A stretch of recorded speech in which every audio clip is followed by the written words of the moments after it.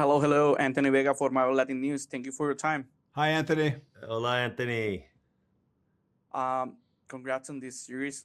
It's so good. I'm enjoying it a lot.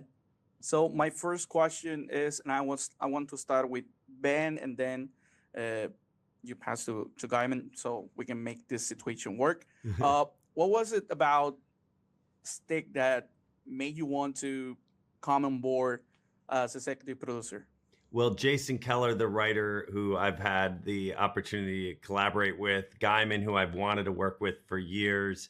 You know, it starts with the voice and the writer, and Jason is an extraordinary talent, and I knew it firsthand. And the fact that the story was personal to him made me really connected and excited because he was writing something that came from his heart. So I knew that he would be able to write it in an authentic and real way.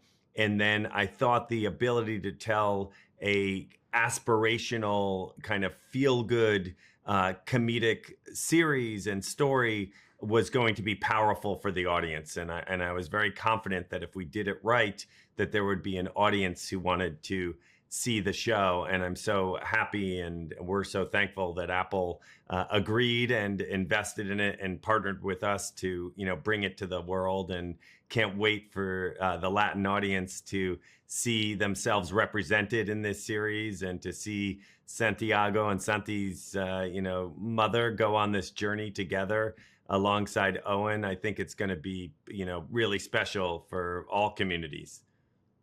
And I would say I love aspirational, optimistic, hopeful, inspiring stories that so often are told through sport because of what it is, and it being the great metaphor that it is for life. And so, unlike my very good friend Ben, I'm not the golfer that he is, but the thing that I connect to in the story is the idea that Price had a brilliant, spectacular flame out in his own career. And the idea of what then he does next, how he responds to that moment of adversity, and the resilience to then pick himself back up, get back up on the horse, and continue down the road on this journey. And all the while taking this, Santi under his wing and being the mentor that he is. So for me, it's something that I connect to in my own life. And I think it's a great universal theme that audiences are going to connect to. Yeah, it's incredible.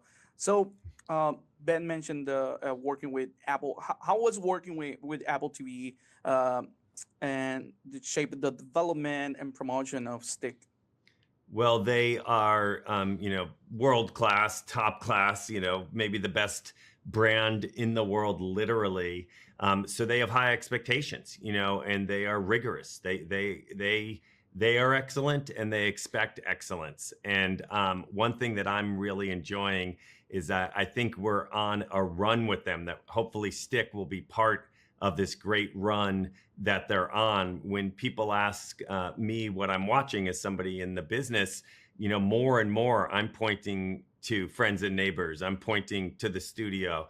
And my favorite show actually in the world is Slow Horses, all of which are on Apple TV Plus. So I'm really excited for Stick to be on that service. I like the way the interface looks. I like that there's no advertising. I like the aesthetics. I think there's a lot to it that are exciting and fun for us as producers to share with our friends and families who are going to get to watch the show and see the show.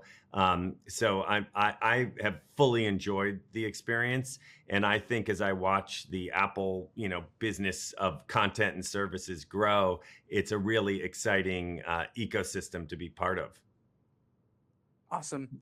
Not to mention, as producers, Apple was so supportive in giving us the resources, financially and otherwise, to make and allow us to make the show that we all, endeavored to make. They were great partners. Awesome. I don't have time for more. I really appreciate your time. And I have to say that it's been an honor to talk with you, because I'm a really fan of the work you have been doing. The show is a little Game of Thrones meets The Office. Exactly. Thank you. Thank you so much. Thank you for your time. Thank you. Ciao. We're like Butch and Sundance, like Thelma and Louise, like Turner and Hooch. You know all those characters died, right? Hooch lives. No, Hooch takes a bullet and bleeds out at the end. Why? That's so unnecessary.